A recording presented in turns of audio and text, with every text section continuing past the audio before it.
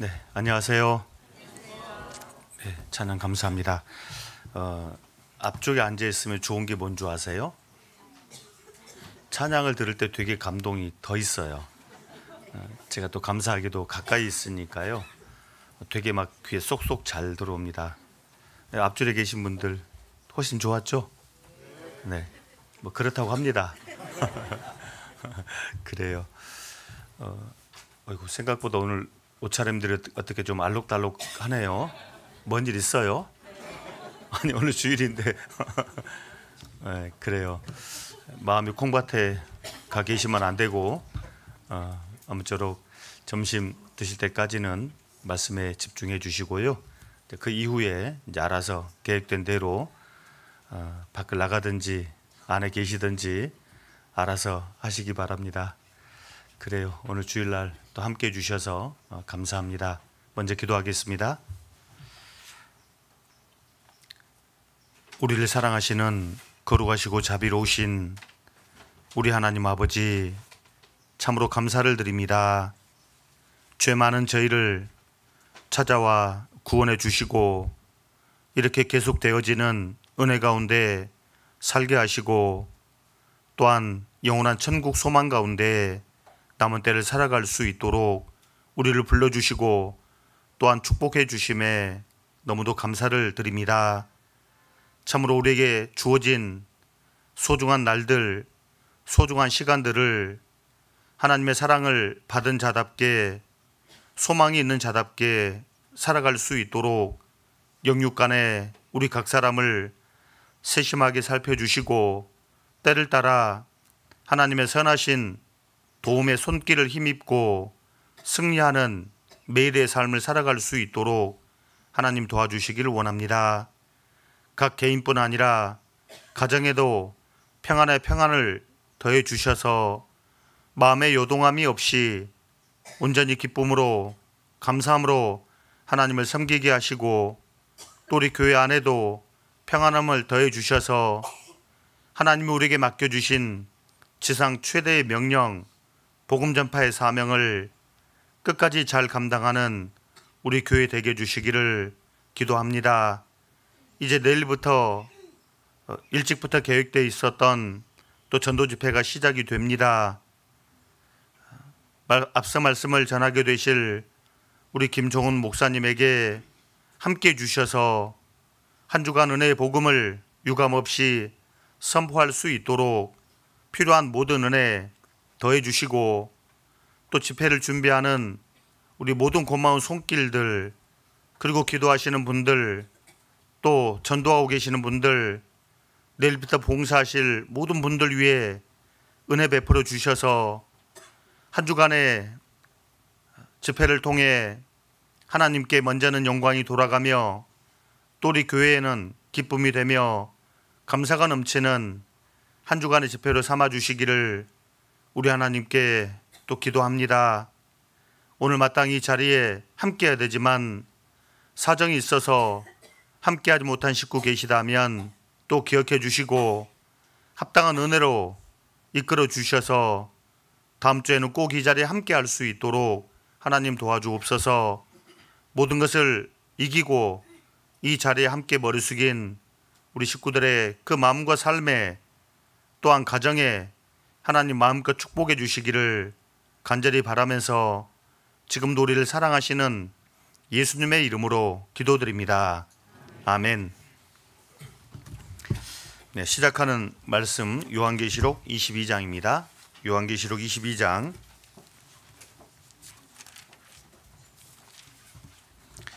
네, 10절입니다. 10절 요한계시록 22장 10절입니다.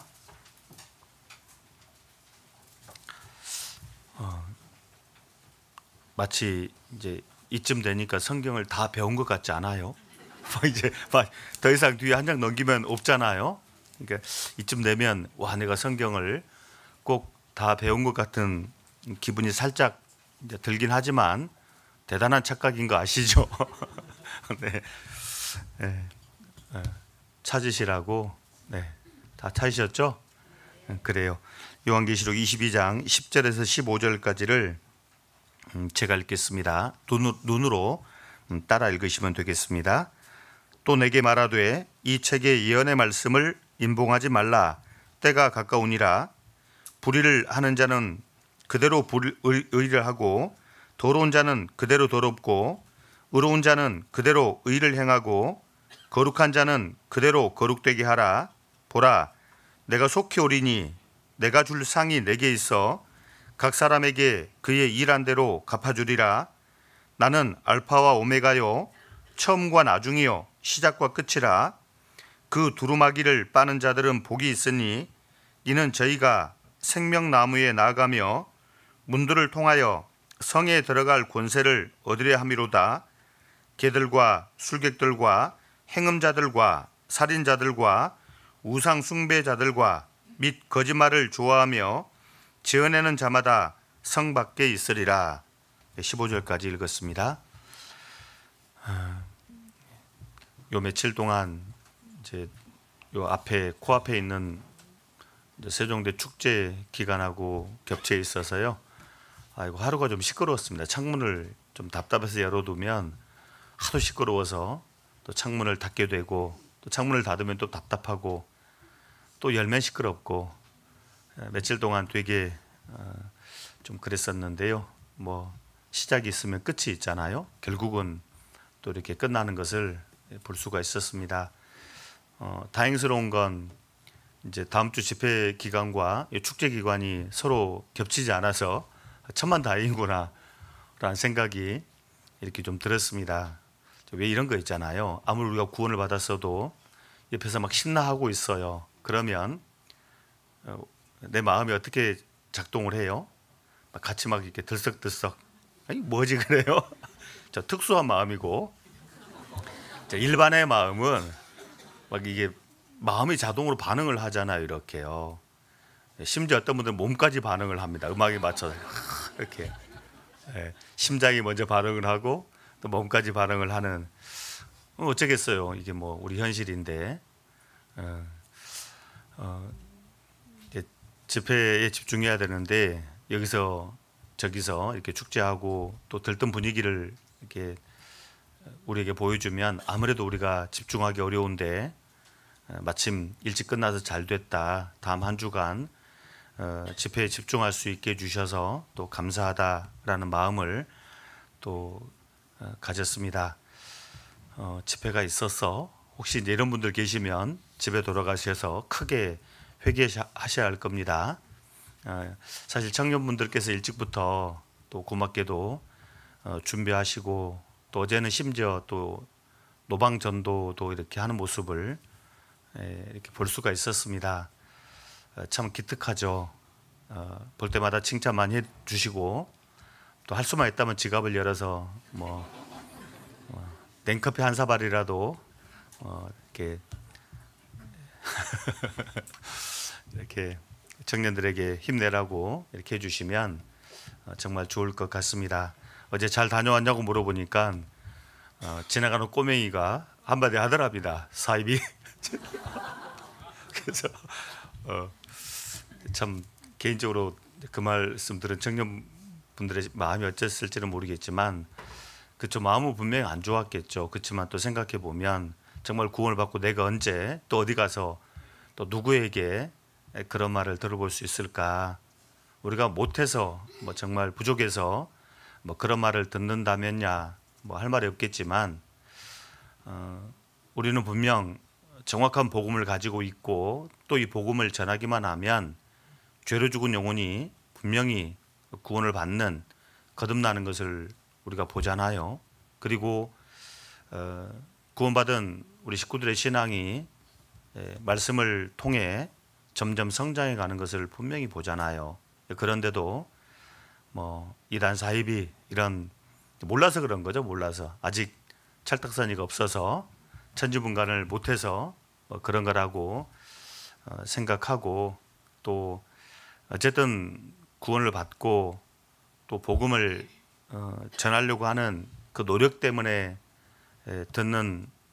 들었던 어떤 말이라면 분명 하나님 보셨고 또 그것을 가치 있게 여기시고 또 영원한 천국에서 반드시 상으로 되갚아 주실 거라는 거 이거 하나님의 약속이기 때문에 그렇게 위로 삼으면 좋겠습니다. 어쨌거나 많은 어떤 그런 부분에 있어서 우리 청년분들께서 열심히 잘해 주셔서 우리 어르신들, 또 우리 봉사회, 어머니회, 또 우리 학생들에게도 어떤 좋은 그런 어떤 사례, 또 격동이 되게 해 주셔서 너무너무 감사를 드립니다. 자, 오늘은 가능하면 빨리 마쳐야지 생각 있는 목사인데 이게 좀 쉽지 않습니다. 생각보다. 어쨌든 노력은 나름 해보도록 하겠습니다. 자, 계속해서 이 천국이 어떤 곳인지에 대해서 좀 더 깊이 좀 이해하고 준비할 수 있으면 좋겠다라는 마음에서 어쨌든 최선을 다해 준비를 한다고 하지만 여전히 부족한 것이 많은 것은 어쩔 수가 없지 싶습니다. 오늘은 요한계시록 22장 10절에서 15절 사이에 기록된 말씀 중에 특별히 14절 그 두루마기를 빠는 자들은 복이 있으니, 혹시 설교 중간에 제가 두루마리라고 할 수도 있습니다. 두루마리와 두루마기는 전혀 다릅니다. 근데 제가 이제 혹시 착각해서 두루마리라고 하거들랑 두루마기를 저렇게 하나보다 이렇게 정리하시면 좋겠습니다. 두루마리는 성경을 가리키고 두루마기는 이렇게 이제 외투입니다. 외투, 겉옷인데 짧은 겉옷이 아니라 거의 무릎까지 내려가는 롱코트를 생각하시면 두루마기구나 이렇게 이해하면 좋겠어요. 자, 14절에 그 두루마기를 빠는 자들은 복이 있다. 자, 두루마기를 빠는 자가 천국에서 복이 있다라고 했는데, 자, 먼저는 이 두루마기가 뭔 줄을 알아야겠고, 또 두루마기를 세탁한다?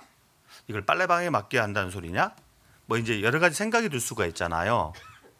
먼저는 두루마기가 뭔가를 정확하게 알아야 하겠고, 또 두루마기를 이 빠는 자가 복이 있다 했는데 이것이 구체적으로 뭘 이야기하는지를 정확하게 알아야지 천국에 들어가서 더 복이 있는 우리가 되지 않을까라는 생각을 해보는데, 여기 14절에 기록된 두루마기는 성경에 다양한 표현으로 이 표현이 되어지고 있는데, 예수님의 보혈로 깨끗하게 된 성도가 입을 옷, 그 옛날 아담이 입었던 가죽옷이며, 이사야 61장 10절에는 구원의 옷, 의의 겉옷이라고 표현되어 있고, 그런가 하면 같은 성경 요한계시록 7장에는 이렇게 표현이 되어 있죠. 요한계시록 7장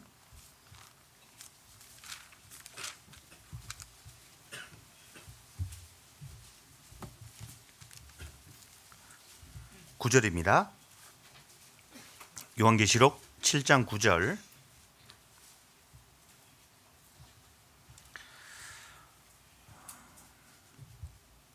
자, 요한계시록 7장 9절 함께 읽겠습니다.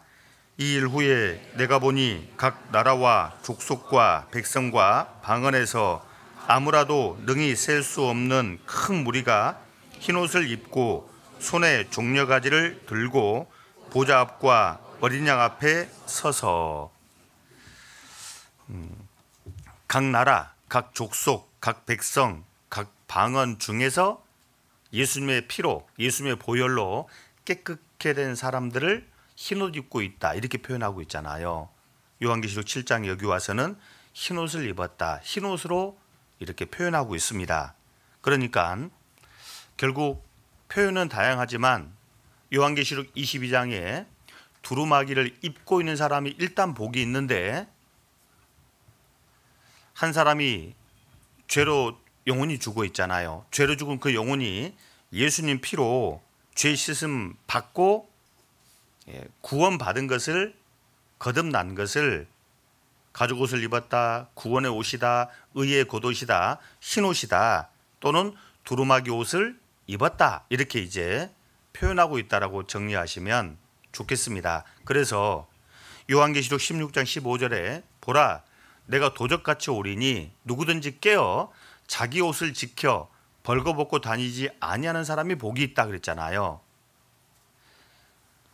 영원한 천국에 들어가려면 반드시 옷을 입어야 합니다. 가죽옷, 흰옷, 구원의 옷, 의의 겉옷, 두루마기, 이걸 반드시 입고 천국에 들어가야 하는 거죠. 벌거벗은 사람은 절대 천국에 못 들어갑니다. 바꿔 말하면 예수님 피로 죄를 용서받지 못하면 누구도 예외 없이 천국에 못 들어간다 라고 정확하게 말씀합니다. 그래서 두루마기가 구원의 옷, 예수님 피로 죄 씻음 받은 것을 말하는구나 이렇게 정리하시고, 그런데 구원 받은 것도 물론 당연히 복이죠. 천국에 들어갈 수 있는 키니까, 열쇠니까. 그런데 일단 구원 받은 것도 큰 복이지만 14절을 요한계시록 22장 14절에는 두루마기를 빠는 자들이 또 복이 있다 했잖아요. 이건 대체 뭘 말하는 걸까? 예수님께서 이미 요한복음 13장에 말씀해 주셨습니다. 이미 목욕한 자는 발밖에 씻을 필요가 없느니라. 구원받은 사람은 목욕한 사람이라고 예수님이 표현하셨고, 비록 구원받은 사람, 목욕한 사람이라 할지라도 매일의 삶 속에서 죄하고는 항상 가까이 밀접해 있기 때문에 죄를 피하기가 쉽지 않을 거다. 아무리 죄로부터 자신을 지키려고 노력해도 가끔씩은 죄에 오염될 수 있을 거다. 오늘 누가 알았어요? 찬송을 인도하시는 분이 틀릴 줄을. 당연히 내가 틀린 줄 알았는데 알고 봤더니 이 짝이 틀렸잖아요. 예. 그렇죠. 아무리 실력이 있는 사람이라 할지라도 실수를 하잖아요. 그런 것처럼 분명 죄로부터 구원은 받았지만 매일의 삶 속에서 계속적으로 묻어오는 그런 죄들이 있다 그 말입니다. 그것을 발을 씻어야 한다라고 표현하고 있고, 요한계시록 22장 와서는 두루마기를 빨아야 한다 이렇게 표현하고 있어요. 세탁해야 한다라고 표현하고 있는 거예요. 바꿔 말하면 죄로부터 자신을 지키는 거룩, 다른 말로 성결. 그래서 오늘 제목이 성결한 자가 복이 있는 천국이다 이렇게 이제 잡아본 겁니다. 성결한 자, 즉 거룩한 사람, 거룩을 추구한 그 성도가 천국에서 더 복이 있을 거라고 말씀해 주고 있죠. 이미 우리는 두루마기를 입었기 때문에 복 있는 사람이 틀림없습니다. 그렇지만 또 다른 복이 있어요. 이 또 다른 복은 발을 씻음으로, 두루마기를 세탁함으로 받을 복이에요. 어떻게 매일의 삶에서 죄라고 하는 이것을, 대상을 우리 식구들은 어떻게 생각하고 하루를 살아갑니까? 뭐 어쩔 수 없지 뭐. 내가 원래 그렇게 생겨 먹었으니까, 나는 원래 그런 사람이니까. 일상이라고 생각해서는 안 될 겁니다. 어쩔 수 없다라고 하는 그런 말로 위로 삼아서도 안 될 겁니다. 성경은 분명 정말 복 받기를 원한다면 발을 씻으라, 두루마기를 빨으라 이렇게 권고하고 있잖아요. 우리가 이 땅에서도 받아야 할 복이 있겠지만 아무리 이런저런 복을 받아본들 결국 죽음과 동시에 다 없어집니다. 영원한 복은 딱 두 가지밖에 없어요. 구원을 받음으로, 즉 두루마기를 입는 구원을 받는 복과, 그리고 두 번째는 이 성결한 삶을 추구한 거기서 오는 복, 이거밖에 없는 거잖아요.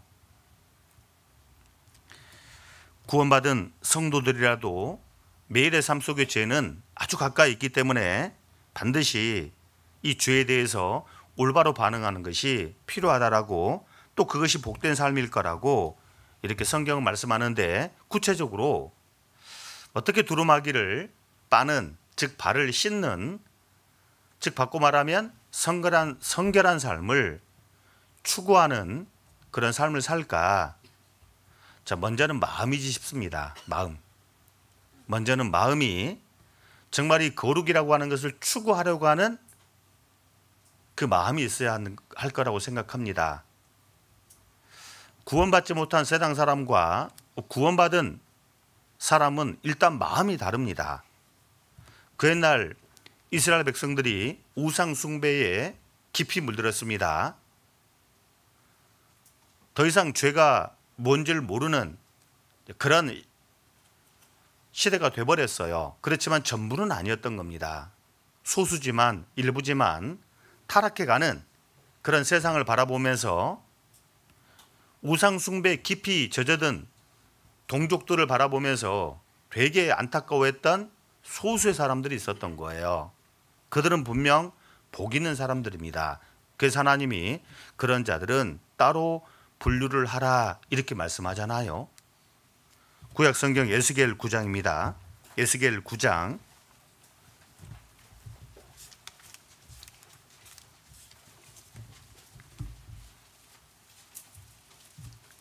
에스겔 9장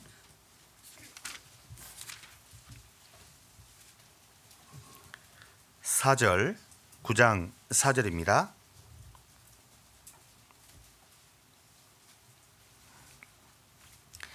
에스겔 9장 4절 1161페이지 구약 1161페이지 에스겔 9장 4절을 제가 읽겠습니다.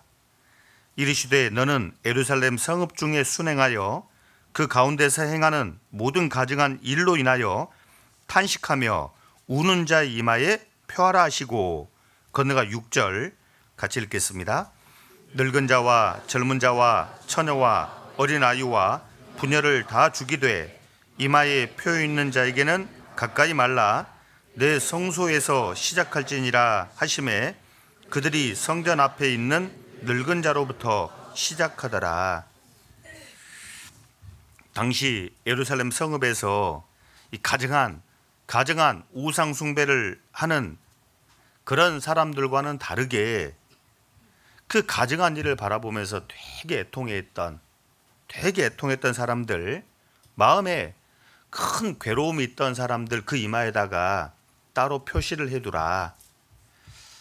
이건 요한계시록 13장에 이마나 손에 받는 표, 지옥 가는 티켓, 이건 아닙니다. 이마에 표하라 라고 했던 이 표는 이 당시 고대 세계에서 히브리 말로 타우라고 하는데 십자가 같은 기호라고 합니다. 그러니까 이마에다가 표시를 한 거예요. 딱 십자가를. 666표 아닙니다. 이거는 십자가 표시를 하라라고 이해하시면 좋겠어요. 거의 대부분 사람들은 우상 숭배에 완전히 빠져들었습니다. 그런데 그걸 바라보는 소수의 사람들이 있었던 거예요. 저러면 안 되는데, 하나님 앞에 저렇게 사는 것이 도리가 아닌데 괴로워하는 사람들이 있었던 거예요. 우리 시대도 그렇지 않아요? 시간이 지나면 지나갈수록 세상이 더 환해지는 것 같습니까? 캄캄해지는 것 같습니까? 어두워져 가잖아요. 어떻게 좀 더 많이 알고 더 많은 고급진 문명들이 나오면 나올수록 사람들이 더 신사적으로 바뀌던가요? 아니면 더 악해져 가던가요? 더 악해져 가잖아요. 희한하잖아요. 분명히 더 많이 배워서 더 많은 걸 가지고 있는데 더 악해져 가잖아요.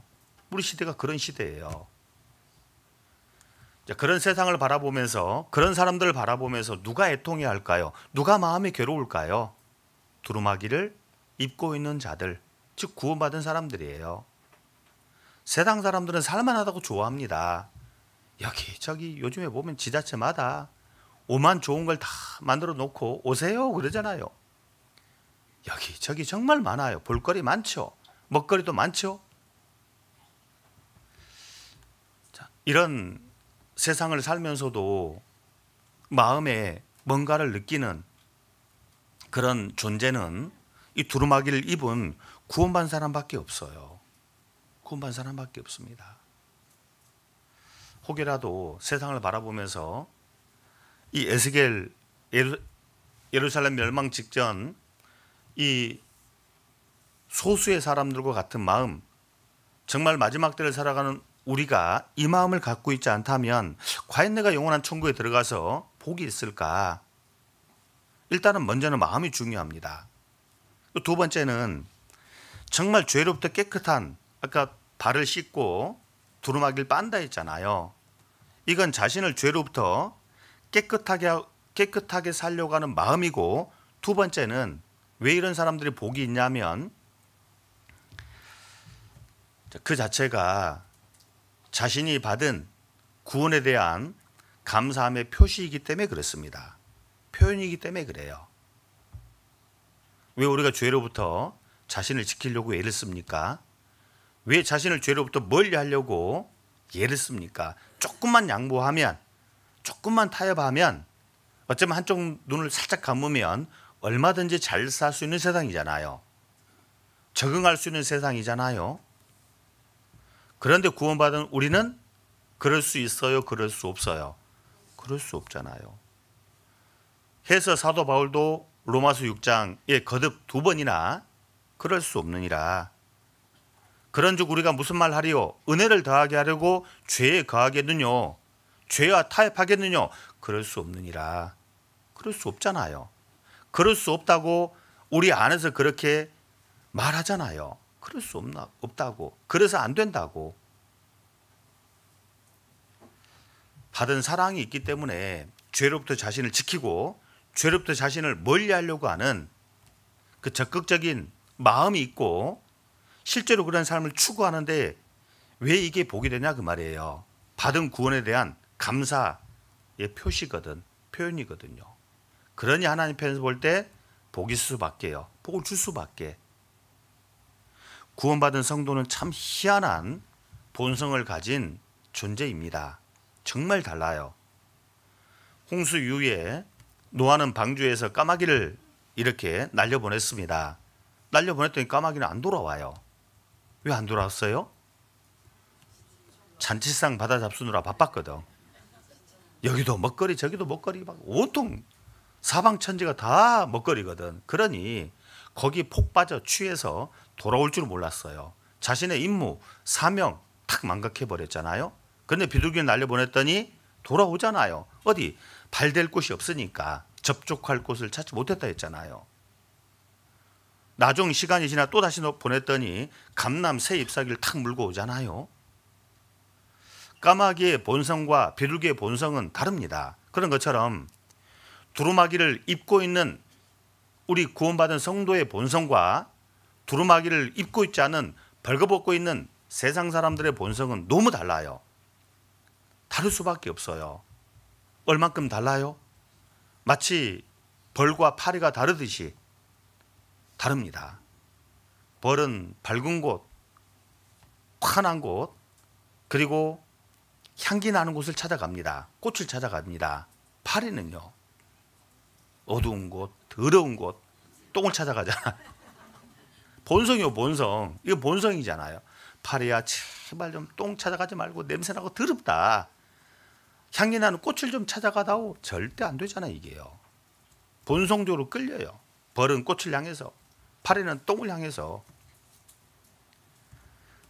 정말 두루마기를 입고 있는 성도는 나가서 죄 좀 한번 지어보라고, 한번 세상하고 똑같이 살아보라고. 등 떠밀어도 절대 못 삽니다. 그렇게 못 살아요. 왜? 그렇게 살려고 하면 괴롭거든. 에스겔 9장에 이마에 표하고 있는 이들처럼 괴롭거든. 답답하거든요. 그럴 수 없느니라 죄에 대한 적극적인 자기 방어가 있고 이 거룩한 삶을 추구하려고 하는 그런 마음이 깊이 요동합니다. 그런 삶을 추구하고 있기 때문에 하나님 편에서는 기특한 거예요. 고마운 거예요. 복이 있을 수밖에요. 복이 있을 수밖에. 참 신기해요. 세상 사람들은 죄를 지을 때 뭐 그냥 그렇게 살아요. 근데 구원받은 사람은 죄를 지으면 답답하잖아요. 아, 이렇게 살면 안 되는데, 이렇게 하면 안 되는데 엄청 후회를 합니다. 자기 자신을 막 닥달하듯이 그렇게 채찍질 하잖아요. 구원받은 사람은 죄를 짓고도 괴로워해요. 구원받은 사람은 선을 행하고도 참 희한한 마음을 가지고 있어요. 최근에 어떤 분이 간증을 하는데 하루 일과가 끝났습니다. 칼퇴해도 전혀 문제가 없습니다. 보통 세상 사람들 시간 딱 보다가 시간 땡 끝나면 바로 튀잖아요. 이렇게요, 집으로. 근데 이분도 이제 하루 일과를 탁 마치고 시간 딱 됐습니다. 퇴근 시간이 됐어요. 퇴근해도 누가 뭐라 할 사람이 없습니다. 퇴근하려고 보니까 어떤 분이 아직 일이 덜 끝나 막 일을 하고 있더랍니다. 그냥 퇴근하려고 하니까 되게 마음이 좀 불편하더랍니다. 가셔서 도와드렸대요. 도와드리고 집에 왔답니다. 그리고 밤에 잠자리에 누웠는데 그래도 마음이 불편하더랍니다. 왜냐하면 끝까지 덜 도와드렸거든. 그러니까 중간만 도와드리고 왔는데, 자, 적어도 세상 사람이면 기준에 그 정도면 잘한 거잖아요. 근데 구원받은 사람은 끝까지 도와주고 왔어야 되는데 반만 도와주고 온 것이 못내 아쉬운 거예요. 후회스러운 거예요. 참 특이하지 않아요? 특이한 마음을 가진, 특이한 본성을 가지게 된 이 사람이 바로 성도인 겁니다. 그렇게 살려고 하는 사람이 누구냐? 이 두루마기를 빠는 자에 해당하는 거예요. 죄로부터 자신을 깨끗하게 하려고 하는 그 노력 자체가 하나님 보실 때는 복이 있는 겁니다. 그리고 왜 두루마기를 빠는 것이 복이 있다 했을까? 이런 거잖아요. 사실 우리가 어떤 한 영혼을 전도해야지라고 하는 그런 마음이 없으면, 생각이 없으면요, 죄랑 그냥 적당히 타협하면서 살아도 문제가 없어요. 그렇지만 왜 우리가 거룩을, 성결을 추구하려고 애를 쓰는 거죠? 영혼과 연결되어 있기 때문에 그렇잖아요. 영혼과 연결되어 있기 때문에, 새로운 본성이 들어와 있기 때문이기도 하고, 우리가 받은 구원의 감사함에 대한 표현이기도 하지만 보다 더 근본적인 이유가 있는데, 내가 죄로부터 멀리 해야지 영혼이 구원받게 되니까, 그렇지 않고 죄와 타협해버리면 영혼을 건질 수 없게 되는 거니까 우리가 그걸 추구하는 거예요. 그래서 복이 있는 거예요. 그래서 복이 있는 거예요. 예수님도 직접 말씀하시기를 너희는 세상의 빛이라 너희 착한 행실로 그들로 하여금 하나님께 영광을 돌리게 하라고. 믿지 않는 남편을 둔 아내가 있거들랑 그 아내가 믿지 않는 남편에게도 순복하라고. 그렇게 함으로 혹 도를 순종치 않는 자라도 말로 말미암지 않고 그 아내의 행위로 말미암아 구원을 얻게 해야 할 거라고. 그렇잖아요. 구원받지 않은 남편, 구원받지 않은 아내, 구원받지 않은 부모님, 구원받지 않은 자녀, 어쩌면 참 재미난 생각을 해봤어요. 어쩌면 정말 이 구원을 받지 않았더라면 아마 진즉에 쫓겨날 남편들 많았겠다. 진즉에 쫓겨날 남편들 많았겠다. 그러나 지금까지 같이 살고 있는 것은 하나님의 은혜고 아내들의 전도를 위한 노력이다. 그렇죠? 전도를 위한 노력이다. 거꾸로도 마찬가지죠. 혹 구원받지 않은 아내가 있다면 물론 같이 살고 있는 그 구원받은 남편, 하나님께 받은 은혜에 대한 표현이기도 하지만 아내의 전도를 위한 남편의 노력 아니겠냐고 이게요. 그러니 하나님 편에서 보실 때 복이 있어요. 복이 있는 겁니다. 나는 단지 죄로부터 멀리 하려고 하기만 했는데 안 믿는 사람들이 볼 땐 너무 특별한 거예요. 자신들은 그렇게 비록 못 살지만 그렇게 사는 게 옳다는 건 알아요. 그래서 하나님께 영광이 되는 겁니다. 에스겔 9장의 이들처럼. 그리고 비록 당장은 그 마음을 돌이켜서 구원을 받지 못했지만 때가 되면 하나님께서 전도의 문을 분명히 열어주실 겁니다. 영혼이 구원받게 되니 하나님 얼마나 기뻐하겠어요. 나는 단지 죄로부터 자신을 지킨 것밖에 없는데 영혼이 구원을 받아요. 그러니 하나님 편을 보실 때 복을 주실 수밖에 없는 거예요. 두루마기를 빠는 자가 복이 있다. 매일의 삶 속에서 죄는 우리를 가만두지 않습니다. 어떻게든지 자기 편으로 우리를 끌어가려고 애를 쓸 거예요. 먼저는 마음을 지켜야 할 겁니다. 죄로부터 자신의 마음을 잘 지켜야 할 겁니다. 그러면 틀림없이 나중에 복받을 일이 생기게 돼 있어요. 그런데 재미난 건 뭐냐면 이 천사는 요한계시록 21장 11절에 왜 이런 희한한 말을 했을까라고 하는 거죠. 다시 한번 요한계시록으로 돌아가 보겠습니다. 요한계시록 22장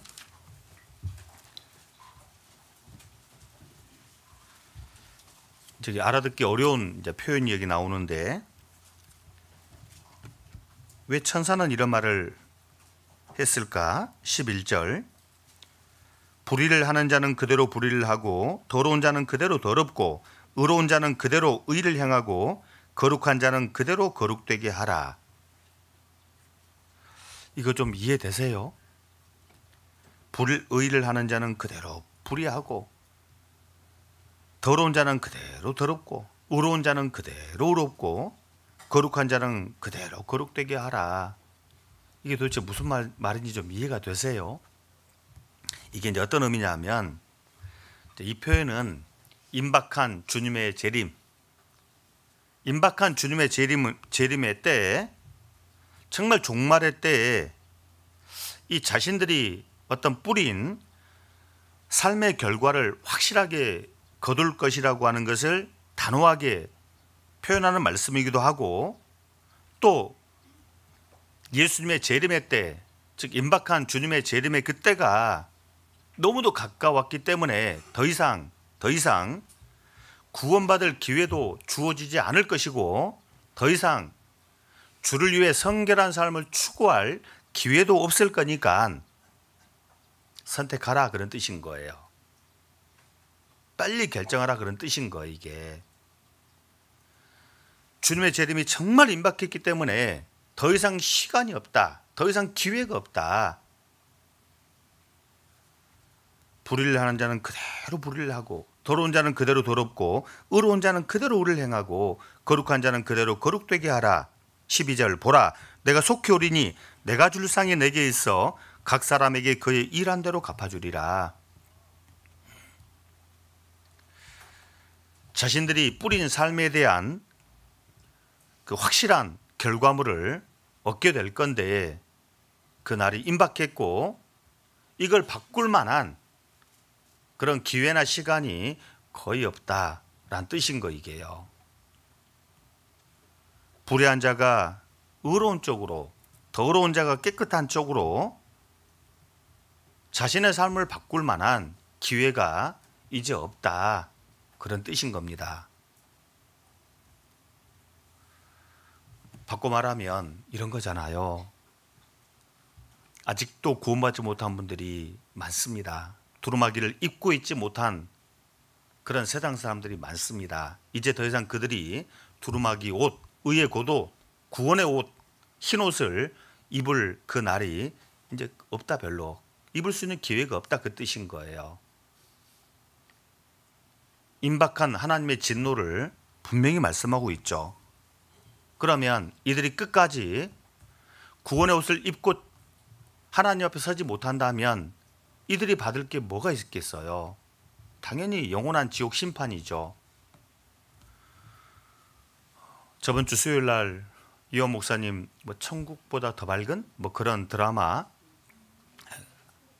그런 거 있다고 말씀하셨는데 그 지옥의 그 장면이 아마 여러 불경 중에 아마 지장경을 가져온 것 같아요. 제가 볼 때 옛날 지장경 배웠을 때 거의 비슷한 말씀을 배운 적이 있었거든요. 아마도 맞지 싶습니다. 아마도 맞지 싶어요. 왜냐하면 이 죄인이 똑같은 죄인이 아니잖아요. 지옥 간다는 건 같지만 지옥에 간다는 사실은 맞지만 죄의 경중은 분명히 다르거든. 더 못된 죄인이 있고 덜 못된 죄인이 있잖아요. 분명히. 그러니 분명히 지옥에 가게 되면 자기 행위에 따라서 받을 벌이 달라질 거예요. 천국 가면 상급도 행위에 따라 달라지듯이 지옥도 분명 달라질 겁니다. 예수님이 직접 말씀하셨어요. 마태복음 11장 하나 찾아보겠습니다. 마태복음 11장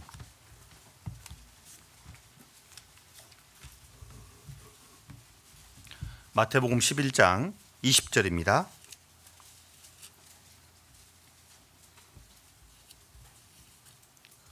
(11장 20절) 제가 읽겠습니다.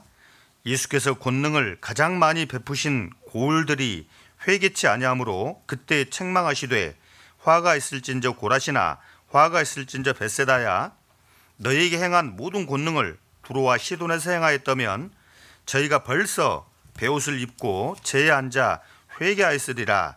내가 너희에게 이르노니 심판날에 두로와 시돈이 너희보다 견디기 쉬우리라. 가버나움아 네가 하늘에게까지 높아지겠느냐? 음부에게까지 낮아지리라. 내게서 행한 모든 권능을 소돔에서 행하였다면 그 성이 오늘날까지 있으리라. 24절을 같이 읽겠습니다. 내가 너희에게 이르노니 심판날에 소돔 땅이 너희보다 견디기 쉬우리라 하시니라. 소돔 사람들이 너희보다 견디기 쉬우리라. 그러면 고라신 벳세다 지역 사람들이 훨씬 더 고통스러울 거란 말씀이잖아요. 이게요. 그렇잖아요. 두로 시돈 사람들이 너희보다 견디기 쉬우리라. 이 말은 결국 벳세다 고라신 너희들이 두로 시돈 사람들보다 훨씬 더 큰 고통받을 거다 그 말이잖아요. 분명 죄의 경중을 따라 지옥의 깊이가 달라질 거라고, 틀림없이 달라질 거라고요. 실제로 우리말로는 죄 그러면 뭉뚱그려져서 이해하지만 헬라 사람들은 이 죄라고 하는 개념도 아주 세세하게 나눴다고 합니다. 자그마치 7가지로.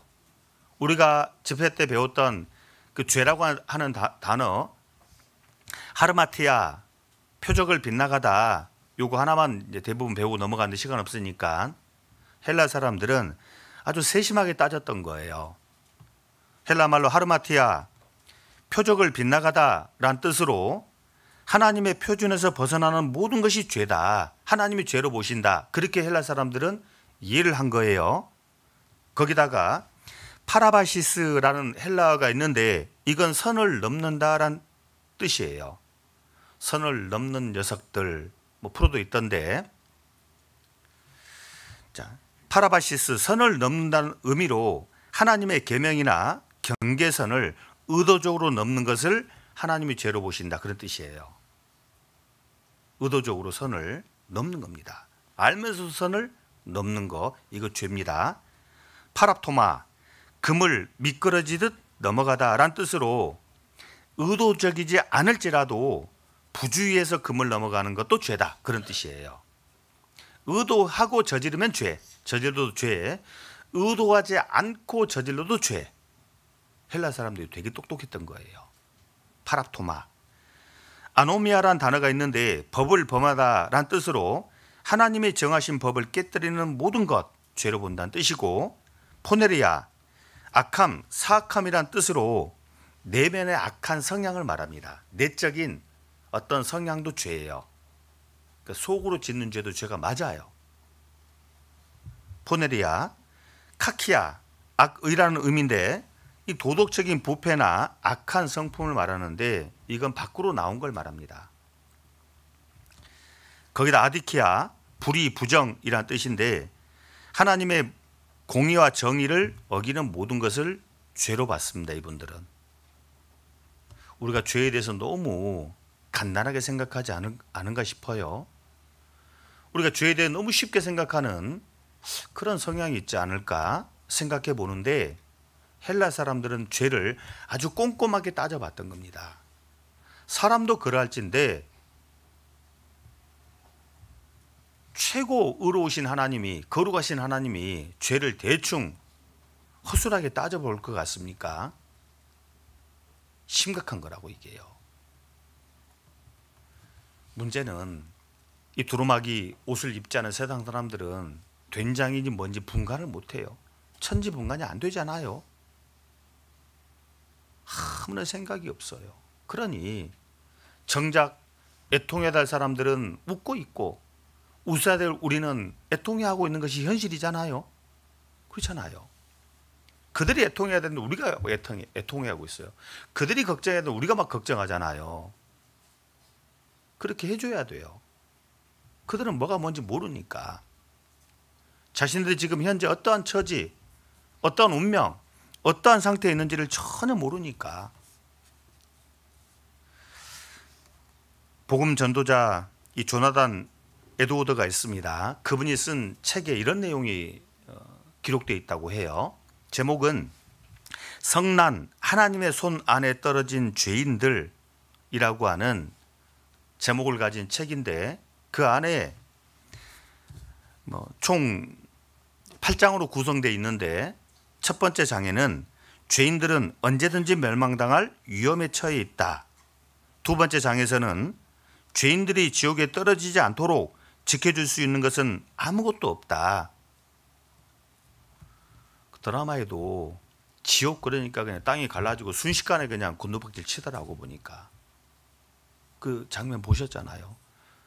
하도 그렇게 말들을 하셔서 궁금하더라고. 딱 그 한 편 봤는데 마침 딱 그 장면을 본 거예요. 옛날 불교 공부할 때 저거 지장경 모습을 카피했구나. 금방 이해가 되더라고요. 그렇죠.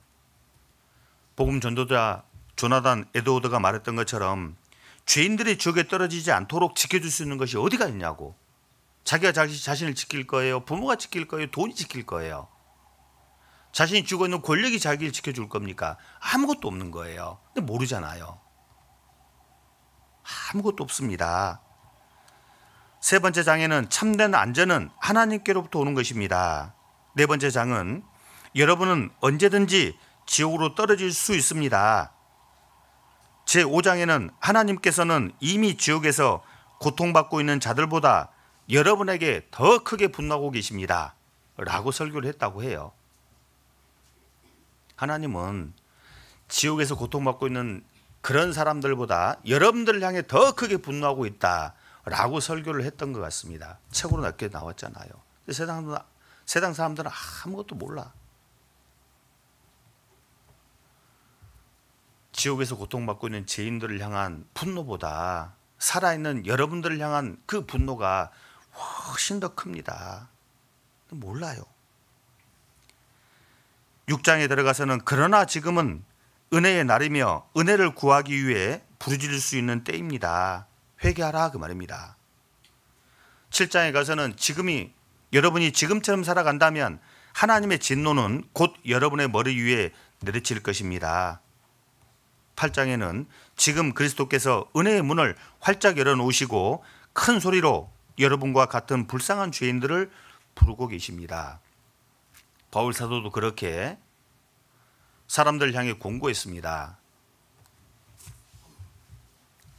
보라, 지금은 은혜 받을 만한 때요. 보라, 지금은 구원의 날이라고, 지금이라고. 천사도 정확하게 말하기를 더 이상 악한 사람이 그 악에서 돌이킬 기회, 시간이 없고, 불의한 사람이 그 불의한 길을 버리고 의로운 길로 돌아올 수 있는 그런 기회, 시간도 지금 없다 별로 이제. 사도 바울도 보라, 지금이라고. 예수님도 직접 말씀하시기를 가라사대 때가 찼고 하나님의 나라가 가까웠으니 회개하고 복음을 믿으라고. 세상 사람들은 뭐가 뭔지 모르니까 도무지 마음이 안 바뀝니다. 죄로 죽은 영혼이 바뀔 수도 없죠. 그러니 누가 필요할까요? 사람들이 필요해요. 사람들이. 자기 발로 예수님 앞에 나온 그런 4개 복음서를 읽어보면 별로 없습니다. 소경 거지 바디메오, 여리고성 소경 그는 좀 특수한 경우에 지발로 왔거든. 길목을 탁 찾아고 앉아서 예수님 지나가기만 해봐라. 내 기업권을 만나서 눈 뜨리라. 특수한 경우예요. 대부분은 사람들이 다 데리고 오잖아요. 벳세다 소경 사람들이 데리고 왔어요. 벳세다 소경. 마가복음 2장의 중풍병자 사람들이 침상째 떼먹고 왔잖아요. 사람들이. 나인성 과부의 아들 죽었죠. 그 죽은 아들이 스스로 제 발로 예수님 앞에 간 게 아니잖아요. 사람들이. 실로암에 있던 이 병자는 38년 동안이나 그 실로암에 들어가기만 하면 고쳐지는데 못 고침 받았죠. 38년 동안이나. 나중에 하소연합니다. 내가 사람들이 나를 좀 갖다가 빠쳐주면 넣어주었으면 금방 나았을 것을 그 사람들이 없어서 내가 지금까지 고생했노라고. 그러지 않아요? 실로암 그 38년 병자 넣어줄 사람이 없어서 내가 지금까지 이러고 살았다고. 들어가기만 하면 어떤 병자들이 다 고쳐지는데 다 나아지는데 사람들이 없었던 거예요.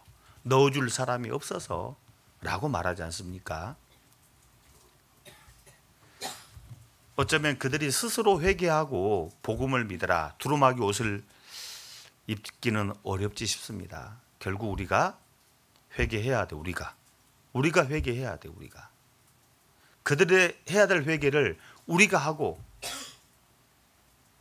그리고 우리가 준비해서 입혀주는 것이 맞지 않을까라는 생각을 해봅니다. 회개하고 복음을 믿으라. 회개하고 복음을 믿으라. 내일부터 집회가 시작이 됩니다. 누굴 위한 집회일까요? 보통 구원 안 받은 사람들을 위한 집회라고 생각하는데 정답이 아닙니다. 나를 위한 집회입니다. 구원을 받았건 혹시 이 자리에 아직도 구원이 안 된 분도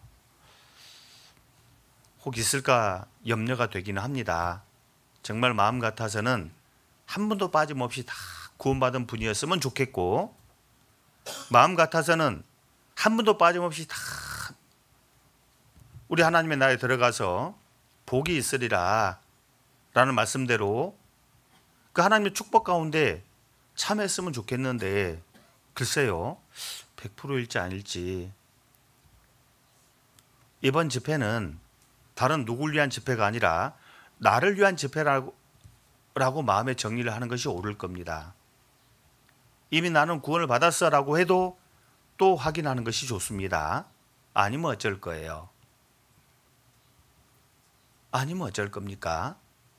천사는 분명히 말하기를 두루마기 입고 있지 않은 사람들, 두루마기를 빨지 않는 사람들 성 밖에 있으리라. 15절에 그렇게 말씀하죠. 성 밖에 있으리라.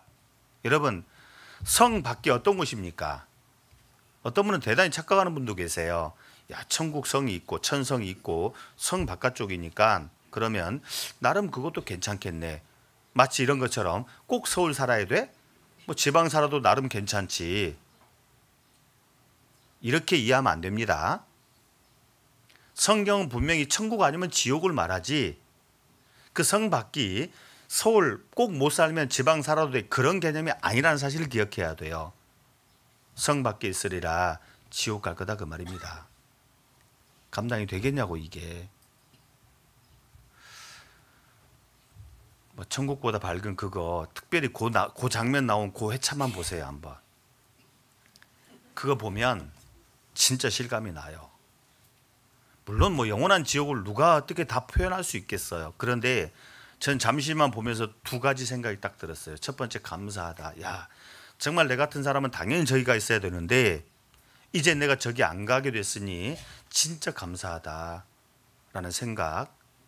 두 번째 생각은 그러면 나는 안 가는데 저기 가게 될 사람들은 도대체 어떻게 하는 거냐. 그러면 가족들의 생각이 나는 거죠. 가족들. 제 가족들도 100%인 줄 알았더니 100%가 아닌 거 있죠. 100%가 아니더라고. 어쩔 거냐고 이걸.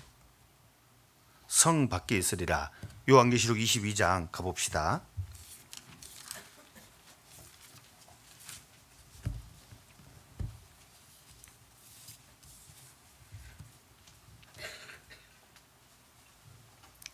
요한계시록 22장 15절입니다. 같이 읽겠습니다. 개들과 술객들과 행음자들과 살인자들과 우상 숭배자들과 및 모든 지어내는 자마다 성 밖에 있으리라. 성 밖에 있으리라. 속으면 안 됩니다. 사도 바울은 에베소 교인들에게 오는 편지에 누구든지 헛된 말로 너희를 속이지 못하게 하라. 구원받지 않아도 천국 간다. 착하게 양심대로만 살면 천국 간다. 속지 마세요. 그런 말이 없어 성경에요. 거듭나지 않아도 천국 간다. 속으면 안 될 겁니다. 우리를 속이는 그런 헛된 말이 얼마나 많습니까? 고린도 교인들에게 오는 편지에는 미혹을 받지 마라. 역시 속지 말라 같은 말입니다. 우리를 미혹하게 하는 것들이 얼마나 많습니까?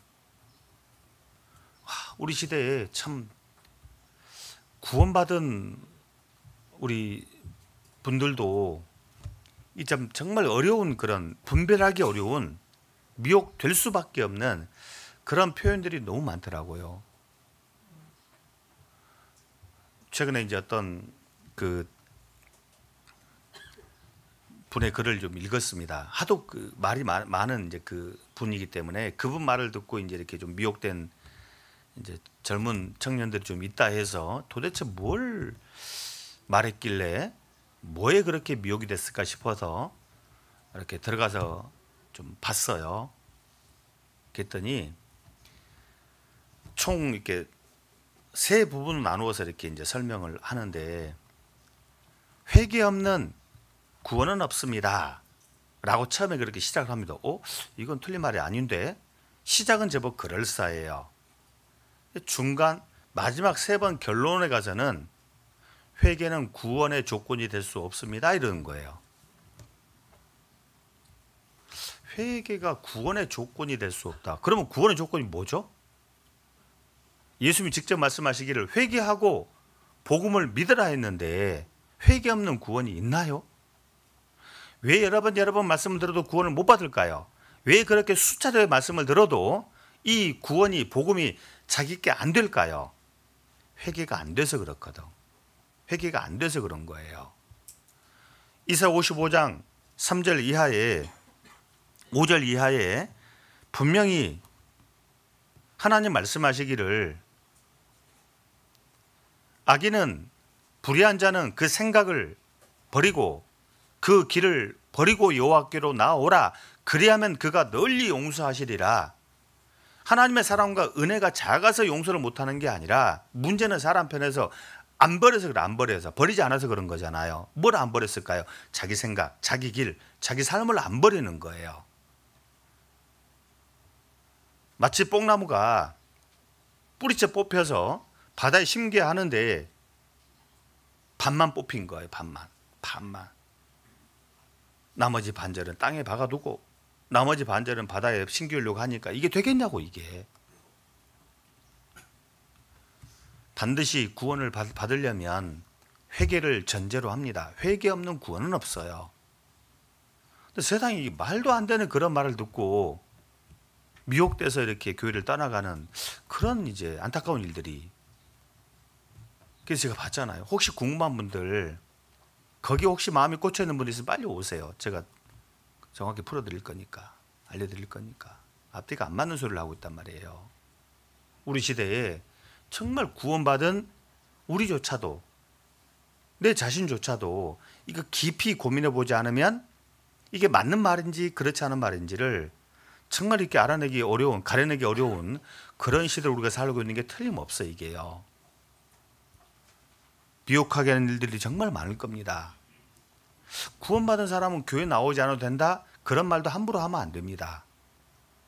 정말 구원을 받으면 교회를 나오고 싶던가요? 구원만 딱 받고 얌체처럼 원래 그냥 살던 대로 살고 싶던가요? 그러니까 행여라도 우리가 전도할 때 그분의 마음을 사기 위해서, 물론 이제 전에 그렇게 살짝 이야기하기도 하지만 뭐 구원받고 교회 안 나와도 됩니다 이런 말 하면 안 돼요. 그건 올바로 전도하는 방법은 아닌 것 같습니다. 얼마나 하나님 오실 때 얌체입니까? 구원만 얌체처럼 똑 따먹고 원래 살고 싶은 대로 마음대로 살고, 그런 구원이 어디가 있어요. 구원받기 전에는 교회가 그렇게 싫잖아요. 주는 것 없이 밉잖아요. 그런데 구원받고 나면 정말 소중한 게 교회잖아요. 내 집보다 내 가정보다 더 소중한 게 교회잖아요. 근데 구원받은 사람은 교회 안 나와도 된다. 누가 그래요? 성경 어디에 그런 말 있어요? 뿌리가 뽑힌 뽕나무는 정확하게 어디 심깁니까? 바닷물. 그 바닷물을 시편은 시냇가라고 표현하고 있습니다. 시냇가에 심긴 나무라고. 그 시냇가가 어디예요? 에베소도 골로새서의 그 안에 그 예수님 안은 교회지 않습니까? 교회.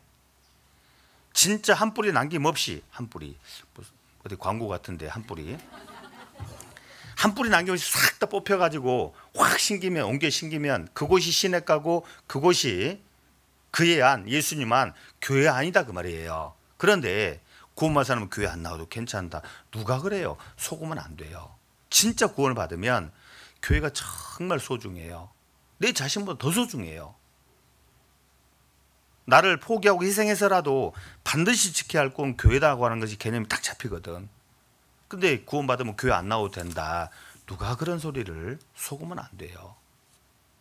이제 그런 잘못된 생각이 들어가니까 구원이 안 되는 거예요. 회개가 안 된다 그 말이에요.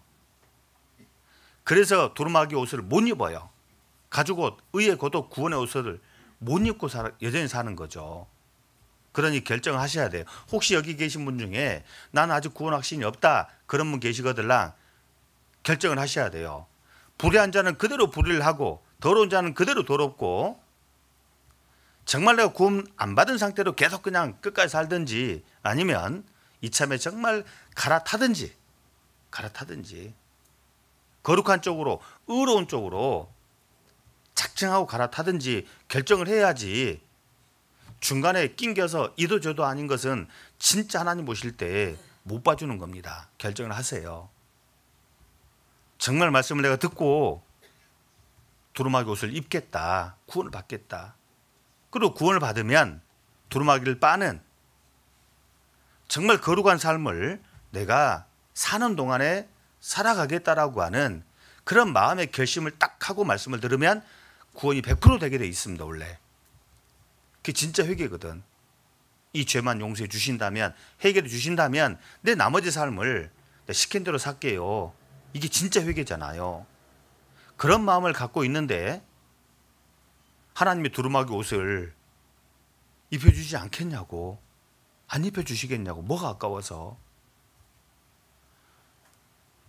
자기 생명보다 우리를 더 귀하게 보시는데 뭐가 아까워서 두루마기 옷을 안 입혀주겠냐고, 구원의 옷을 안 입혀주겠냐고요. 진짜 세상이 좋거들랑 마음에 들거들랑 세상에 가서 사세요. 그냥.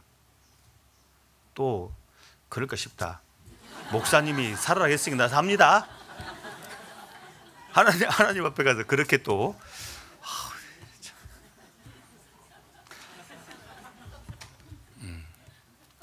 제 성질대로 이제 이야기한 겁니다.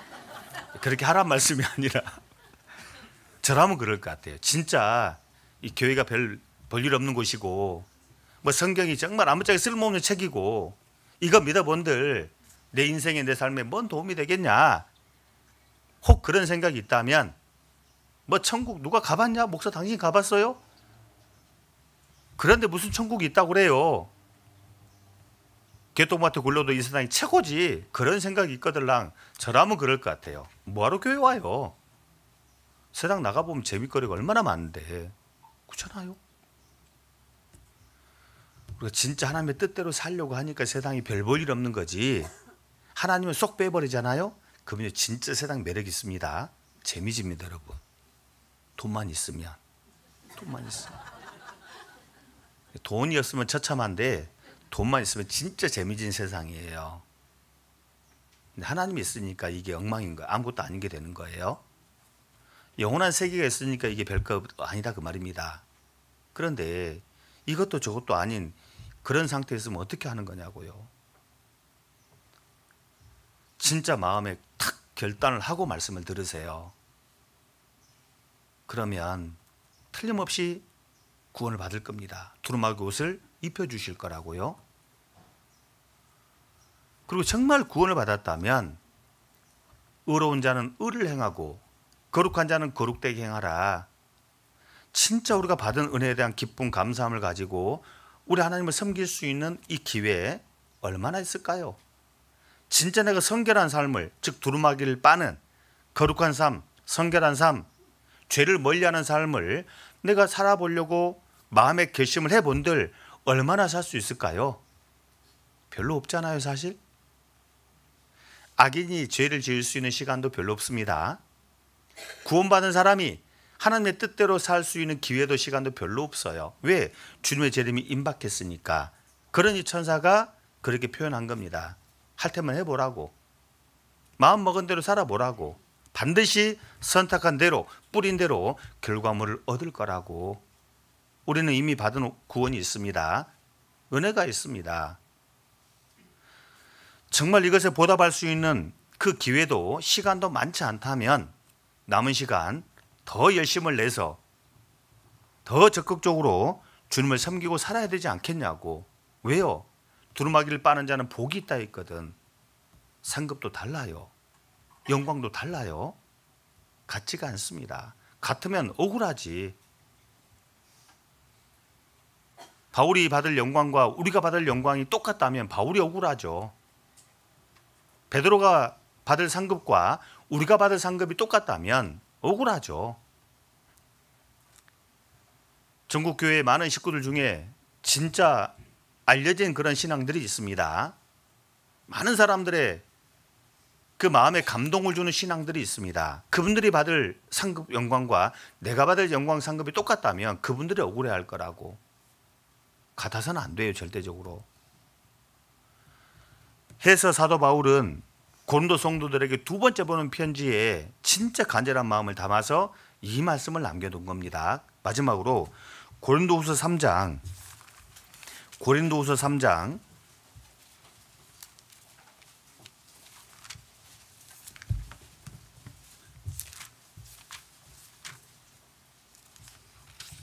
7절입니다.